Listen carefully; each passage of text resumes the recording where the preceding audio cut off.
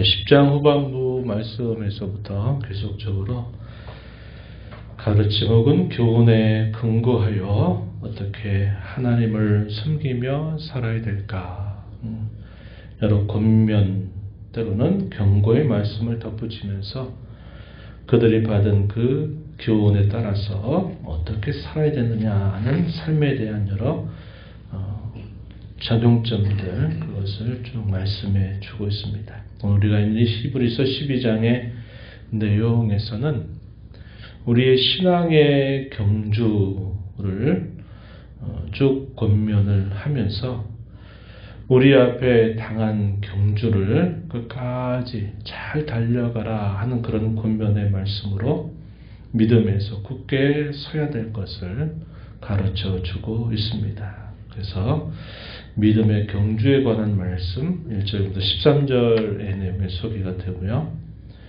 권면과 또 경고의 말씀을 덧붙여 줍니다. 중간 부분에. 그리고 마지막 부분에서는 우리가 이미도 속해 있는 나라, 그리고 장차 온전하게 속하게 될 나라, 그것을 은혜로 받았다. 그리고 그 나라에 이르기까지 힘써야 될 것에 대해서 또 권고의 말씀을 덧붙이고 있음을 우리가 확인하게 됩니다. 성도로 살아가는 일생, 믿음을 가지고 살아가는 그 일생을 하나의 경주자의 예로 비유하여서 끝까지 그 경주를 마칠 때까지 결코 멈춰서서는 안 된다 하는 것으로 교훈을 주고 있습니다.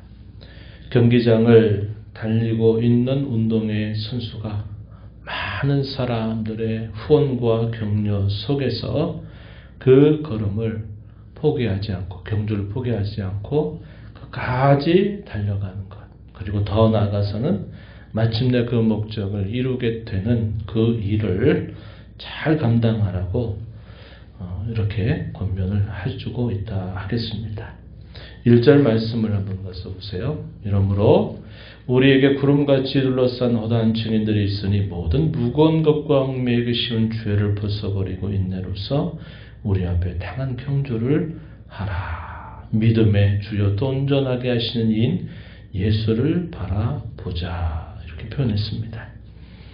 구름같이 둘러싼 허다한 증인들, 우리가 11장에서 읽었던 족장 이전의 믿음의 모습을 보여줬던 조상들, 그리고 아브라함, 이삭, 야곱 족장들, 그리고 그 이후에 여러 믿음의 사람들을 시대마다 대표적으로 몇 명씩을 꼽아서 그들의 믿음의 그 삶, 믿음으로 그들의 인생을 완주했던 많은 믿음의 조상들의 모습을 쭉 나열을 한 바가 있습니다. 바로 그런 인물들이다 보면 되겠어요. 구름같이 둘러싼 허다한 증인들이 있다는 겁니다. 그들 앞에서 이미 시작한 이 믿음의 경주를 끝까지 달려갈 것을 촉구하고 있다 하는 것입니다. 이 믿음을 시작하게 하신 분이 바로 누구시냐? 예수님이시다 하는 사실을 말해주는 말씀 2절에 보니까 믿음의 주이신 예수, 그 경주를 마치게 해서 모든 것을 완성하게 하시는 그분도 동일하게 예수이시다는 겁니다. 온전하게 하시는 이인 예수. 여기 믿음의 주라는 말, 우리가 앞에서 읽을 때 구원의 창시자가 되게 한다 할 때 이 창시자라는 말과 여기서 주라고 하는 말이 같은 말입니다.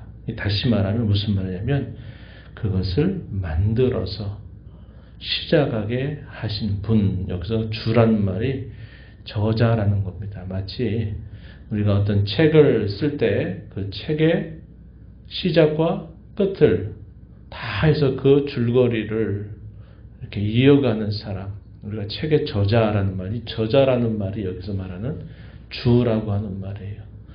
우리의 믿음의 경주를 시작하게 하셔서 그 경주를 달려가게 하시고 그 경주를 다 마쳐서 온전하게 하시는 그분 예수님을 바라보라.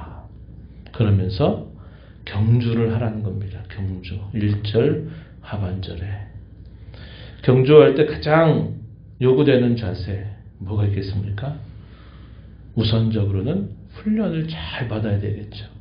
훈련이 없이는 안 되는 겁니다. 그 훈련에 관한 말씀은 어디에서 우리가 확인할 수 있느냐? 그 아래 주어지는 여러 말씀 중에서 징계하는 것을 달게 받으라는 겁니다.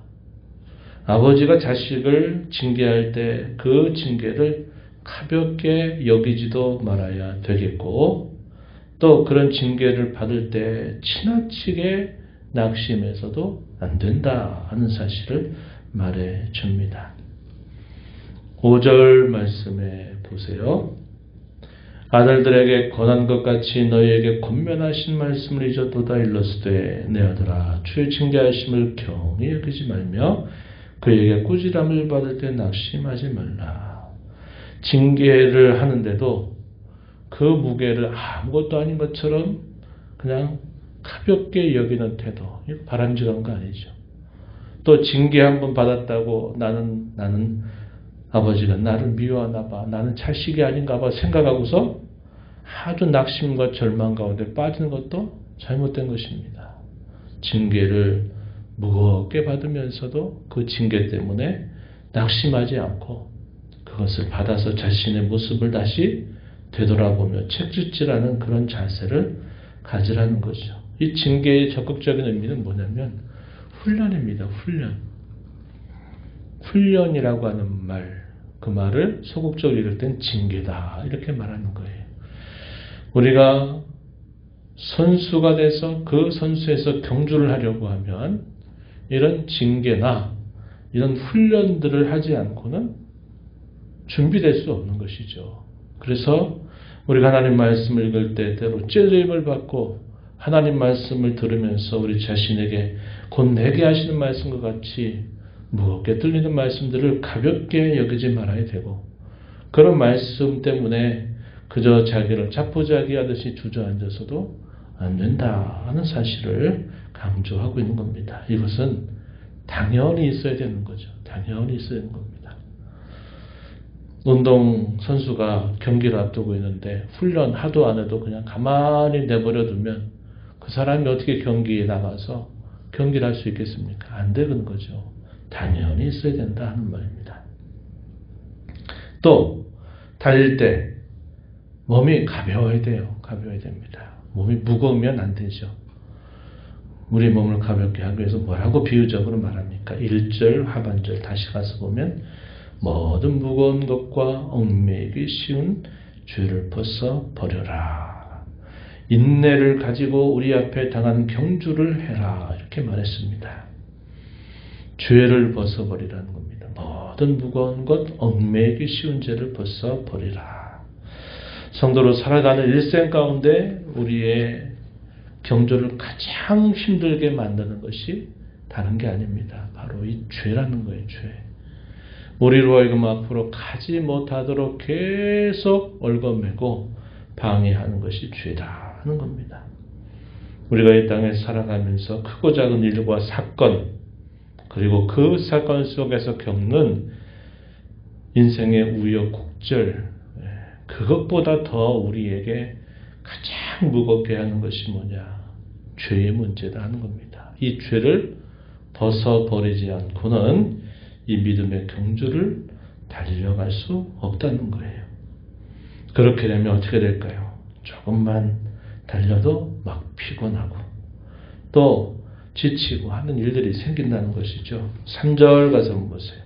너희가 피곤하여 낙심하지 않기 위하여 이렇게 표현했는데, 우리가 무겁게 우리의 짐을 메고 달린다 하면 금방 지치고 금방 낙심하게 되는 일이 생겨나는 것입니다. 그래서 우리로 하여금 이 믿음의 경주를 달려가기 위해서는 징계, 훈련을 우리가 반드시 있는 줄로 생각해야 되고, 우리를 얽어매고 무겁게 만드는 그런 죄를 가볍게 벗어버리는 자세를 가져야 되는데, 그것은 우리에게 날마다 주어지는 특권이다 하는 거죠.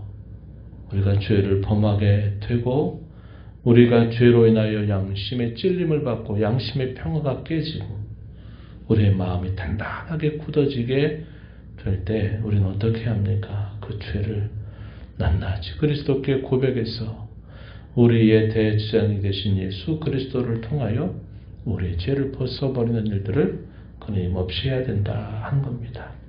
이게 우리의 인생의 경주 혹은 신앙의 경주를 가장 가볍게 하는 것이다 하는 겁니다. 그리고 삶을 복잡하게 하지 마세요. 삶을 단순하게 하세요. 단순하게. 우리 이 땅의 나그네처럼 행인처럼 살아가는 사람입니다. 인생에서 내가 어떤 얼마나 많은 것들을 하느냐 하는 것에 욕심 부리지 말고 단순하게 우리의 삶을 정돈하는 자세를 갖고 살아가는 것이 성도로 살아가기에 대단히 유익하다 하는 것을 우리가 꼭 기억해야 하겠다 하는 겁니다. 권면과 경고의 말씀 가운데서 신앙 여정 가운데 조심해야 될 것들을 또 일러주는 말씀이 소개가 됩니다. 15절을 한번 가서 보세요. 15절 가서 보시면 너희는 하나님의 은혜에 이르지 못하는 자가 없도록 해라. 쓴뿌리가 나서 괴롭게 하여 많은 사람이 이로 말미암아 더럽게 되지 않게 하여라.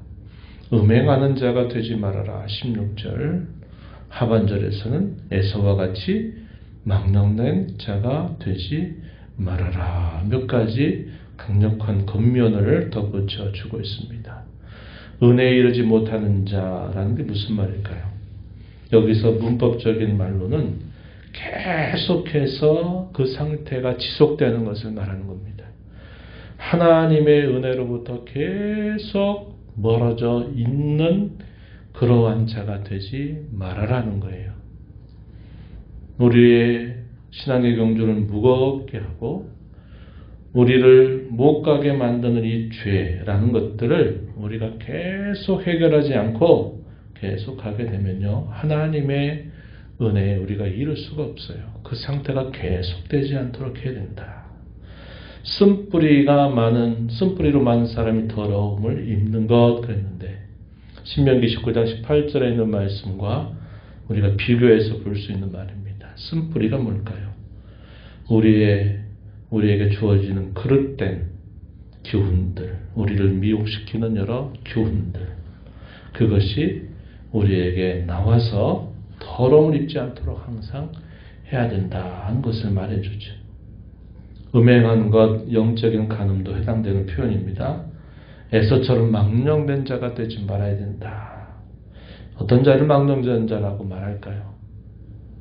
자기에게 주어져 있는 장자로서의 특권이 있음에도 불구하고 배가 고프다 그래가지고 그 특권을 팥죽 한 그릇으로 거래를 해버리는 미련한 자, 이런 사람을 망령된 자라고 말합니다.